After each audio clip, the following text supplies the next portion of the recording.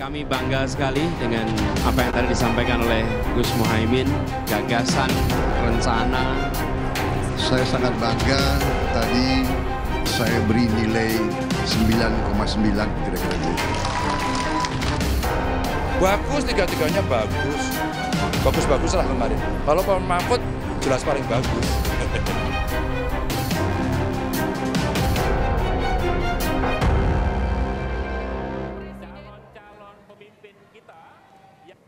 Saudara, Litbang Kompas melakukan jajak pendapat soal perubahan atau berubah atau tidaknya pilihan responden setelah menonton debat calon wakil presiden Jumat lalu. Pengumpulan pendapat melalui telepon dilakukan Litbang Kompas pada 22 Desember 2023 pukul 19.30 sampai pukul 22 waktu Indonesia Barat saat pelaksanaan debat. Melibatkan 212 responden dari seluruh Indonesia dengan sampel ditentukan acak dari responden panel Litbang Kompas sesuai proporsi jumlah penduduk di setiap provinsi. Tingkat kepercayaan penelitian ini 95%. Margin of error kurang lebih 6,73% dalam kondisi penarikan sampel acak sederhana.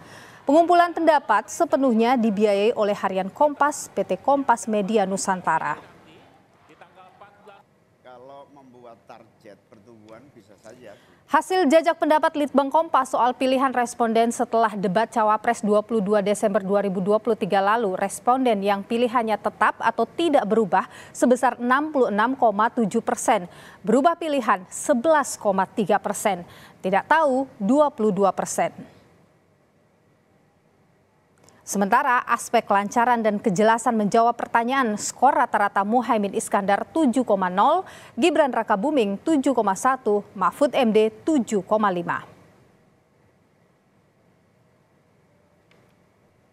Lalu saudara, performa Cawapres dalam aspek penguasaan masalah yang didiskusikan, skor rata-rata Muhaimin 7,1, Gibran 7,1, Mahfud MD 7,6.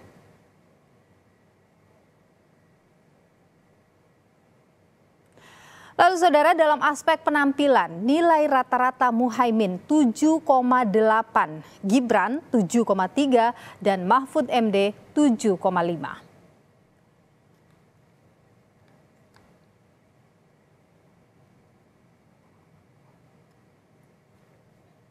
Saudara, soal saling klaim unggul masing-masing kandidat pasca debat Cawapres kita akan bahas petang hari ini bersama dengan Saiful Huda, Dewan Pertimbangan Timnas Amin, Daniel Ansar Simanjuntak, Jubir TKN Prabowo Gibran, dan juga ada Guntur Romli, juru bicara TPN Ganjar Mahfud, dan juga ada Bung Giani Budstamam, peneliti Litbang Kompas. Selamat, Ibu Giani, mohon maaf. Selamat petang, Bu Giani, Bapak-Bapak semua sehat selalu.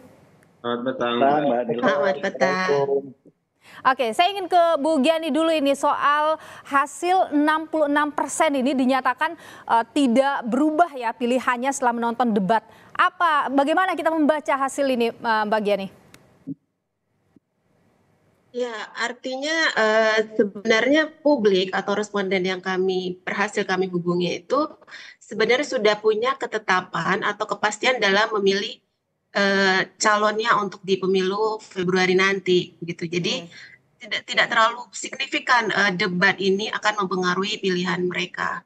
Oke, jadi sepanjang 2 debat terakhir itu tidak ada perubahan signifikan yang membuat mereka ingin berubah pilihan, begitu Mbak? Iya, karena persentasenya kalau dibandingkan pada debat yang pertama sebenarnya lebih kecil ya, sekitar 9,7%. Nah, di debat yang kedua ini yang berubah menyatakan merubah pikiran itu sekitar 11,3%. Ini kan relatif lebih kecil ya dibandingkan yang sudah punya ketetapan tetap memilih pasangannya apapun hasil debat yang sudah terselenggara itu. Oke, yang 11% berubah ini adakah misalnya lebih mendalami lagi apa begitu faktornya? Iya, sebenarnya itu kuat dugaan itu ada karena mereka sudah punya fix pada pilihannya masing-masing. Nah, kalau kita kemarin itu coba cross ya dengan melihat faktor apa yang menyebabkan mereka mau berubah itu dilihat per kategori generasi. Itu yang lebih banyak berubah itu adalah generasi milenial, generasi Z. yang usianya di bawah 26 tahun. Artinya ini adalah pemilih pemula. Nah, mereka inilah porsinya yang lebih besar derajat kebimbangannya, kira-kira begitu. Jadi mereka ini masih mencoba mencari informasi apa kira-kira yang membuat mereka bisa mantap untuk memilih dan apa yang bisa membuat mereka berubah pilihannya dalam waktu yang masih tersisa ini. Oke, baik. Saya ingin beralih dulu nih soal saling klaim unggul. Semuanya tentu mengklaim unggul dalam debat kemarin. Saya ingin ke Bung Saiful Huda dulu, Dewan Pertimbangan Timnas Amin ini. Apa yang membuat Bung Gus Muhaimin ini unggul dalam debat kemarin? Ya, kalau soal unggul dan tidak unggul kita serahkan ke lembaga yang melakukan survei, jajak pendapat publik, termasuk Kompas kan sudah melakukan. Saya kira tadi hasilnya juga sudah bisa kita lihat bersama. Jadi terkait dengan itu kami tidak ada kebutuhan memang untuk klaim-mengklaim. Biar lembaga survei yang independen yang melakukan itu. Tapi yang tentu pertama. ada catatan. Yang kedua kita serahkan kepada publik, dalam hal ini rakyat Indonesia masih punya waktu untuk mengapresiasi atau kemudian memberikan catatan dari hasil debat itu. Tapi tentu pasti ada catatan yang dari Timnas Amin begitu setelah melihat debat kemarin, Bung Saiful. Ya, memang ada beberapa catatan. Yang pertama, kemarin memang gak tercederai oleh temannya Mas Daniel sebenarnya. Jadinya dicercar cermat. Jadi melempar sebuah istilah. Sebagaimana disampaikan ke Pak Mahfud maupun ke Gus Imin gitu. Nah, menurut saya level debat untuk level pimpinan nasional saya kira kalau bertanya jangan ada semangat untuk menjatuhkan sejak dari awal. Jadi semangatnya saya kira harus menggali dari substansi apa yang semestinya bisa digali oleh lawan atau rival dari masing-masing. Itu yang pertama. Yang kedua, saya kira juga soal moving kandidat. Saya kira lebih baik semua kandidat untuk berdiri di tempat, stay di tempat yang sudah disiapkan oleh KPU. Jadi di dalam briefing kemarin disampaikan tidak boleh moving, tapi tiba-tiba ada yang memulai moving gitu.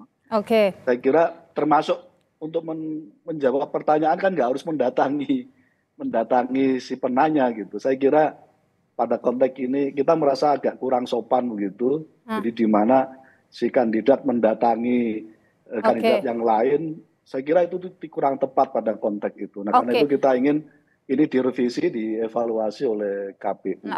Kalau kita lihat kami yang kenapa? Gimana, Kenapa? Ya, lanjut. Gimana Mbak? Bung Saiful, tapi kalau kita lihat ya dalam debat kemarin kan Gus Muhaimin berapa kali diserang dengan sejumlah pertanyaan oleh Gibran Rakabuming Raka ya. Soal IKN misalnya, itu akan ditanyakan, kemudian soal ekonomi syariah. Bagaimana Anda melihat itu? Ya kalau soal IKN kan Mas Gibran ngomongin soal inkonsistensi. 40 kota juga dikomentari. Sebenarnya yang pertama menyangkut IKN ini, ketika fraksi PKB menyetujui atas perintah Gus Muhaimin terkait dengan undang-undang IKN, waktu itu kan ada kesepakatan di level elit bahwa ini tidak akan menggunakan anggaran APBN karena pasti akan terganggu alokasi anggaran kita untuk pembangunan pemerataan yang lain. Nah faktanya kemudian 450 triliun digunakan untuk pembangunan gitu. Jadi kami tetap konsisten bahwa APBN jangan dipakai untuk IKN. Nah itu konsistensi kami, jadi berbalik dengan apa yang dipikirkan oleh Mas Gibran. Yang kedua, bahwa ada investor yang nggak mau, padahal sudah diiming-iming 120 tahun, 2 generasi digadekan untuk IKN, dan sampai hari ini juga investor belum mau, itu jangan disalahkan terkait dengan konsistensi kami. Begitu.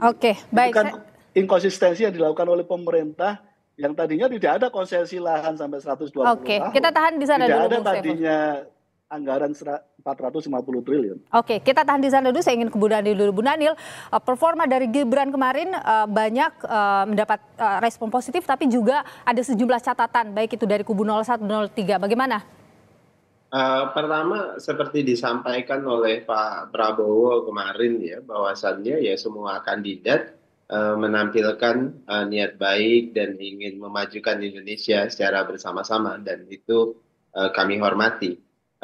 dalam hal performance Mas Gibran kemarin malam, tentu Pak Prabowo dan tim semua sangat puas. Kenapa? Karena Mas Gibran berangkat dari situasi saya sering nyebutnya sebagai istilah underdog mentality.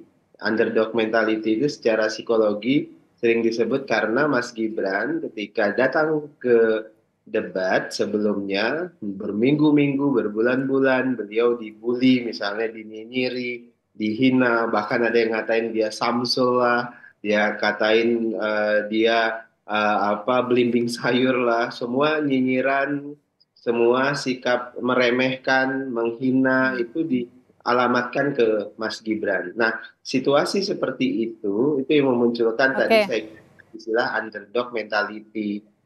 Ketika kita diremehkan, ketika kita dihina, gitu. Beliau ingin membuktikan kapasitas dan kompetensinya. Bung Daniel, kemarin itu kan Mas Gibran banyak menggunakan istilah-istilah asing ya dalam pertanyaan. Itu strategi dari paslon nomor 2 memang? Tadi saya lanjutkan, akhirnya kompetensi dan kapasitas Mas Gibran itu ditunjukkan pada debat itu. Jadi anggap remeh dan hinaan selama ini roboh dengan pembuktian tersebut. Nah, terkait dengan penggunaan istilah, itu dialamatkan pertanyaan itu justru ke Gus Muhaimin. Kenapa dialamat ke Gus Muhaimin? Karena PKB dan Gus Muhaimin sendiri dianggap dekat dengan wacana dan kegiatan ekonomi syariah. Konstituen PKB itu adalah sebagian besar umat Islam, kemudian tentu punya afirmasi perjuangan terhadap ekonomi Islam, ekonomi syariah. Nah, sehingga pertanyaan itu dialamatkan ke Gus Muhaimin karena berkeyakinan Gus Muhaimin sangat paham dengan wacana dan istilah di ekonomi syariah karena itu ada. Baik. Saya tahan di sana dulu, Bung Daniel. Saya ingin ke Bung Guntur dulu. Soal penampilan Pak Mahfud kemarin bagaimana? Apakah sudah memenuhi ekspektasi atau masih ada catatan, Bung Guntur? Ya, kami sangat puas dengan penampilan Prof. Mahfud MD dalam debat Cawapres kemarin. Dan kalau kita kembali kepada pertanyaan tadi, semua tim memang bisa mengklaim paling unggul. Tetapi ketika kita kembali kepada penilaian yang dari responden yang disampaikan dalam survei jajak pendapat oleh Kompas, bahwa terbukti Prof. Mahfud MD memang unggul ya. Ini bukan klaim sepihak dari timnya Ganjar Mahfud, tapi merupakan penilaian dari publik.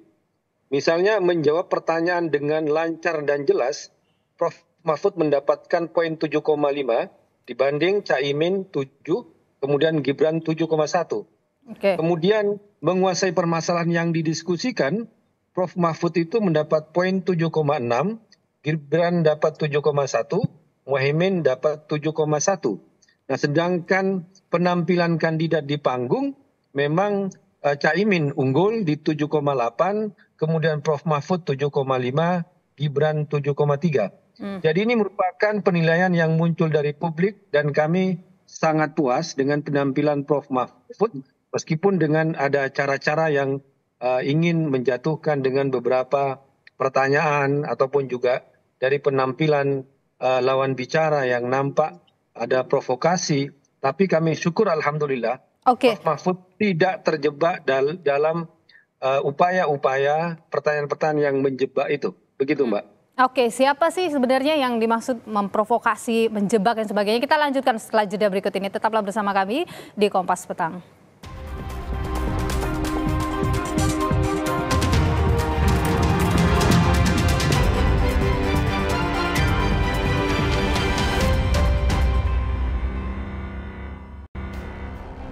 Kami bangga sekali dengan apa yang tadi disampaikan oleh Gus Muhaimin, gagasan, rencana. Saya sangat bangga, tadi saya beri nilai 9,9 kira-kira gitu. Bagus, tiga-tiganya bagus. Bagus-bagus lah kemarin. Kalau Pak Mahfud jelas paling bagus.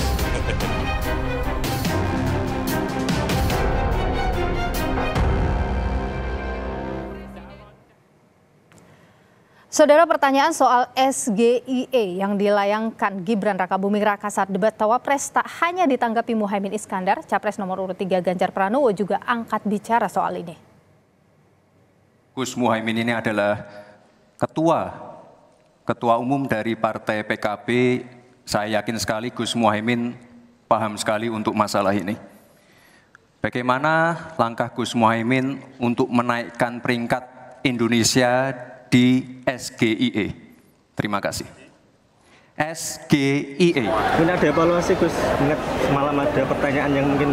Ya biasa namanya tanya itu kan ada yang kita tahu, ada yang kita harus tanya dulu.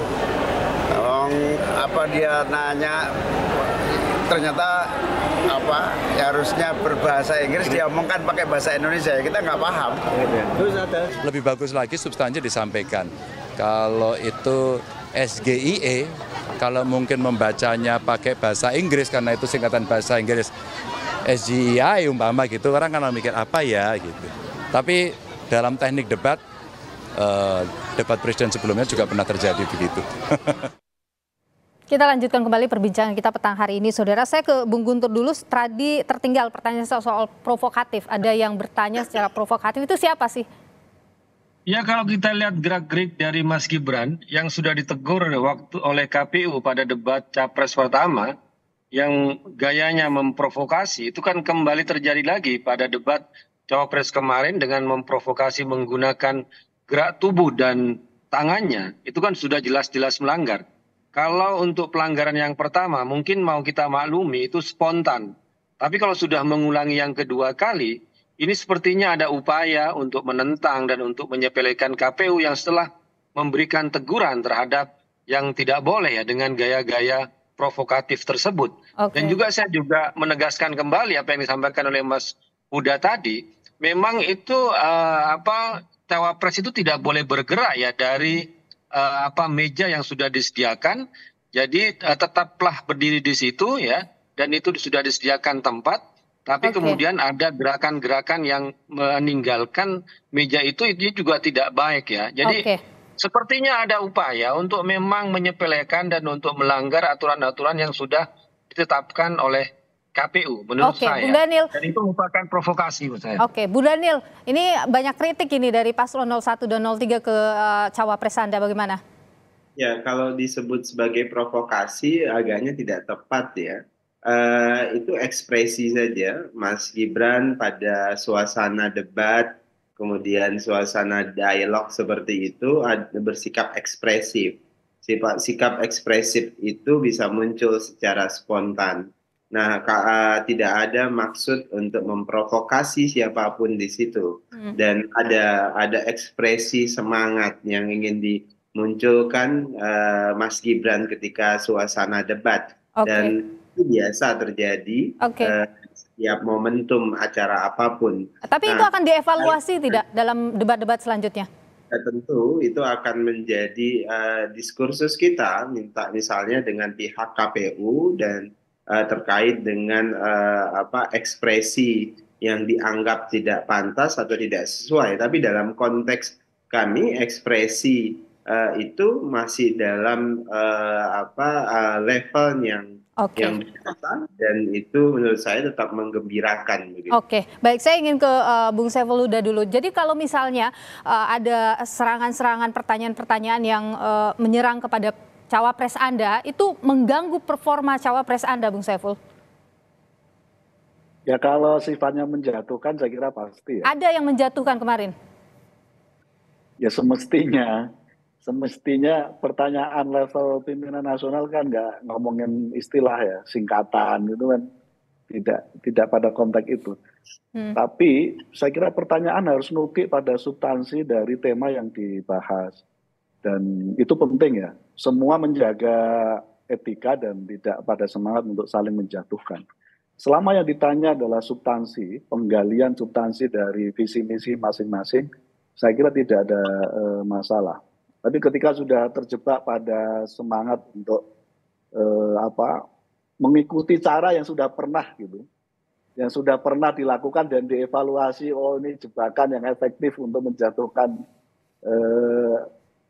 kandidat lain, Itu menurut saya tidak perlulah diteruskan gitu. Dan apa yang dilakukan oleh Mas Gibran tadi malam itu kan kira-kira meniru apa yang sudah pernah terjadi sebelumnya. Yang sudah dilakukan oleh ayah andanya yang waktu itu memberikan pertanyaan kepada sahabat karibnya Mas Daniel, Pak Prabowo Subianto waktu itu terkait dengan TPID waktu kalau nggak salah. Baik, saya tahan di sana. Saya ingin ke Bu Giani dulu. Bu Giani, kalau kita lihat perubahan misalnya dari responden begitu ya, hasil jajak pendapat dari Litbang Kompas ini, apakah formula pertanyaan dari masing-masing kandidat ini mempengaruhi perubahan pilihan itu? Formula pertanyaan antar ini ya, dari itu bisa mempengaruhi. Itu bisa mempengaruhi sih sebenarnya, tapi kalau kita melihat kan ini kan jumlah yang berubah ini kan tidak terlalu besar ya, rata-rata sekitar 10% begitu.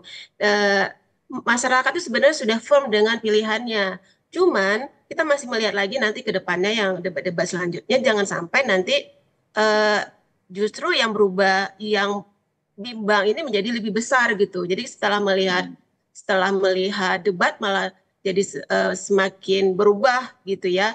Nah, memang model pertanyaan, penampilan kita kan ada 3 aspek ya, ada penampilan di panggung, kemudian juga penguasaan terhadap diskusi, juga satu lagi itu adalah komunikasinya dalam menjawab termasuk juga bertanya gitu, itu menimbulkan kesan bagi responden gitu, karena dengan debat ini kan membuka peluang bagi responden untuk melihat bagaimana sebenarnya sesungguhnya kapasitas dari capres atau cawapres gitu. Nah, walaupun sekarang ini istilahnya jumlahnya kecil nih yang bisa berubah, jangan sampai itu menjadi besar gara-gara kesalahan yang mungkin karena terpancing oleh kandidat yang lain seperti itu. Saya ke Bung Daniel. Bung Daniel, pertanyaan yang keluar dari Mas Gibran soal SGIE itu, ini tahu nggak sih, maksudnya Pak Prabowo ini tahu nggak sih pertanyaan itu akan keluar? Mbak Nilu, semua pertanyaan yang didesain itu merepresentasikan afirmasi kami, Prabowo dan Gibran terkait visi. Misalnya terkait dengan SGIE itu terkait dengan afirmasi kami ingin mendorong ekonomi syariah agar tumbuh secara maksimal di Indonesia, termasuk terkait dengan pertanyaan carbon capture storage. Itu juga terkait dengan afirmasi Prabowo Gibran terhadap ekonomi hijau yang zero emission. Nah, itu terkait dengan komitmen agar menghadirkan ekonomi Pancasila yang punya perspektif ekonomi hijau, ekonomi lestari. Itulah yang kemudian dipertanyakan ke kandidat lain sebagai sebagai upaya mendorong diskursus terkait dengan wacana ekonomi hijau misalnya. Baik. Saya tahan di sana. Singkat saja saya ke Bung Guntur Romli dulu. Ini soal debat-debat selanjutnya, apa yang kemudian ingin diberikan catatan khususnya kepada KPU? Singkat saja.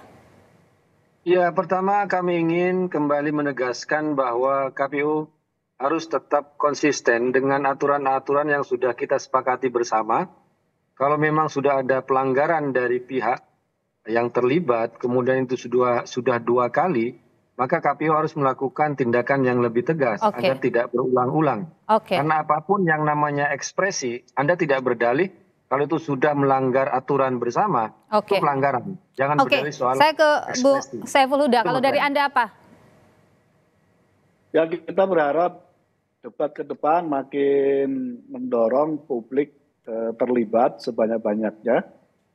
Yang kedua, kita ingin para kandidat ngomongin substansi sedetail-detailnya dan tanya jawab lebih kepada substansi dari gagasan yang diusung oleh masing-masing kandidat. Baik, Bung Saiful Huda, Daniel Ansar Simanjuntak, Bung Guntur Romli dan juga Bu Giani Bustamam, terima kasih sudah berbagi pandangan di Kompas Petang. Sehat selalu. Terima kasih.